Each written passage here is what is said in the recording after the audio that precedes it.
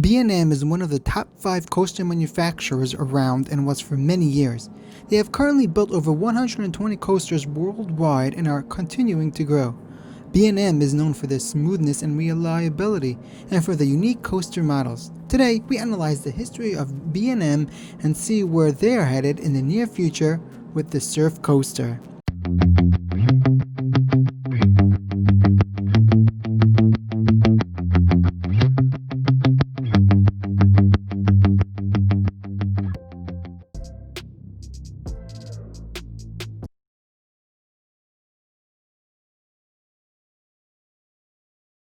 For starters, here's a little history about B&M that we use to analyze whether they are working on new innovative coaster models for the future or whether they are sticking with what they have. B&M's first coaster ever was the stand-up coaster. Iron Wolf was built at Six Flags Great America in 1990 and changed the way stand-up coasters were made. They built a total of 9 stand-up coasters to date. In 1992, B&M invented the floorless coaster and opened their first one, Medusa, now known as Bizarro, at Six Flags Great Adventure in April. As the name suggests, the train has no floor. This model was a massive success for the company, and they went on to build 13 worldwide. Bolliger and Mabillard were amazing engineers and had worked in another coaster company before leaving to develop their own. They didn't stop there. 1994 came with the release of a new coaster model, the Dive Coaster. The first one, Oblivion, was installed at Alton Towers, opening on March 14, 1998, making it the world's first dive coaster. The trains for this type of coaster are relatively short, consisting of 2 to 3 cars. B&M also uses floorless trains on this model to enhance the experience. There are currently 15 of this coaster model operating around the world. In 1999, Bolliger and Mabillard then went on to invent a inverted coaster. This model, unlike the dive model, took off. To date, they have built over 30 coasters of this model. That's a lot for a coaster. Another model released in 1999 was the Hyper Coaster. As the saying goes, you can never go wrong with a B&M Hyper. More than a dozen B&M hypercoasters have been built since the first one, Apollo's Chariot at Busch Gardens, Williamsburg, USA in 1999. Interesting to note, 2 of their most popular models were released that year. A total of 18 hypercoasters were built worldwide.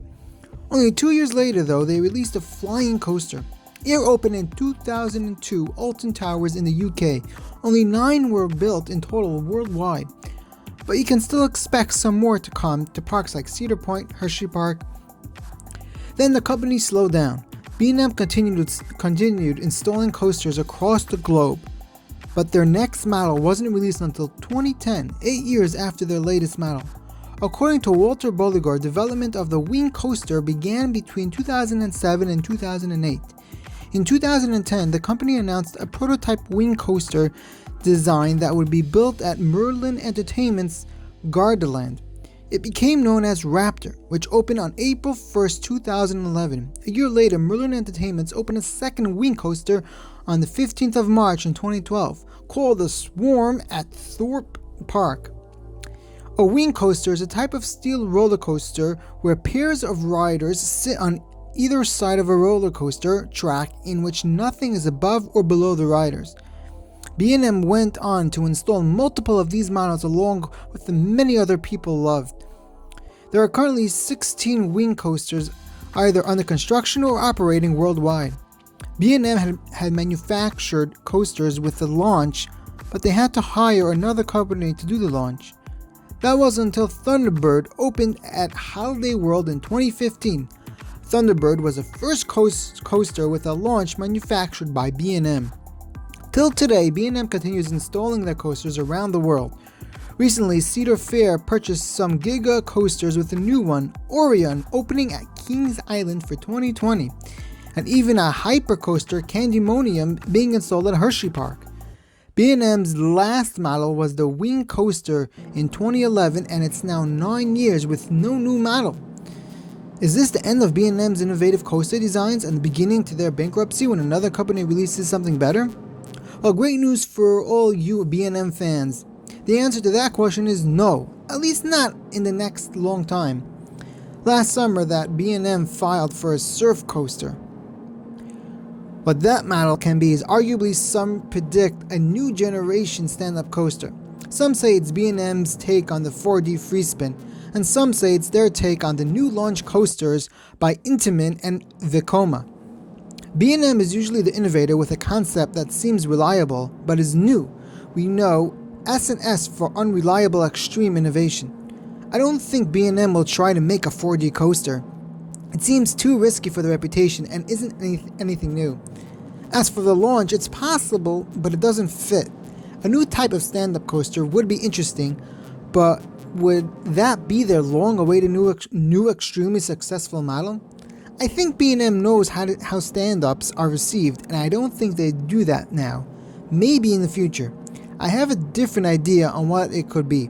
How about a wing flying coaster? Well, this model was revealed recently and was apparently by Aerodynamics. The model never came to life though. This seems like it fits the surf name and looks like a flying wing coaster. It would be awesome. I think it'll be different than the Arrow one, but along those lines. SeaWorld Orlando has reportedly received a shipment of track from B&M, and the track was labeled weirdly. All signs point to a surf coaster in 2021. Hopefully this model proves to be a new thing we've never seen before and brings B&M back to the innovation they had 20 years ago. Six Flags has almost doubled their spending on coasters from 2017 to 2019. In 2017, they purchased 3 free spins, which are about $7 million each, a total of $21 million. And in 2019, they purchased Max Force for $15 million. Plus West Coast Racers, which was probably around that same price, and a free spin, a total of $35 to $37 million. I think with the new CEO, we will see them work with B&M a little bit pretty soon. They worked with B&M to convert a coaster recently and hinted to it on a poll they sent out. I don't think Six Flags will change too much from the way they are. I think they will buy a ton of Raptors and all the new cheap coaster options, but at the same time, once in a while, add an amazing B&M to one of their larger parks. I think the chain will purchase 2 to 3 wings because they only cost about $18 million, and Max Force was $15, and maybe some surfs in the next 12 years.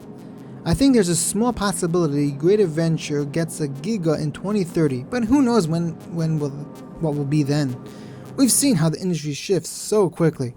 Anyways, as to who may be getting the first surf model, well, if it's not SeaWorld Orlando, then maybe another SeaWorld park or possibly Cedar Fair.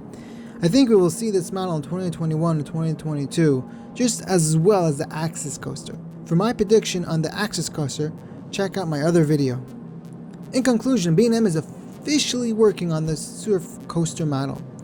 And being that their last gap between models was 8 years and it's now 9 years, it looks like we will be seeing another model by 2030.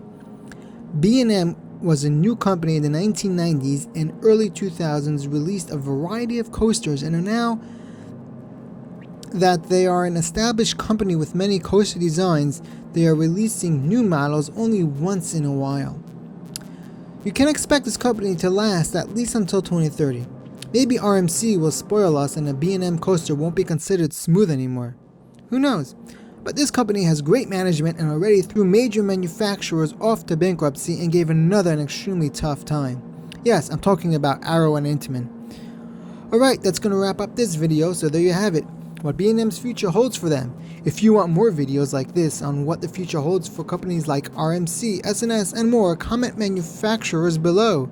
To find out what Intamin's future holds for them, check out our video on that. Hope you enjoyed. Be sure to like, comment, and subscribe for more videos like this. Thank you for watching.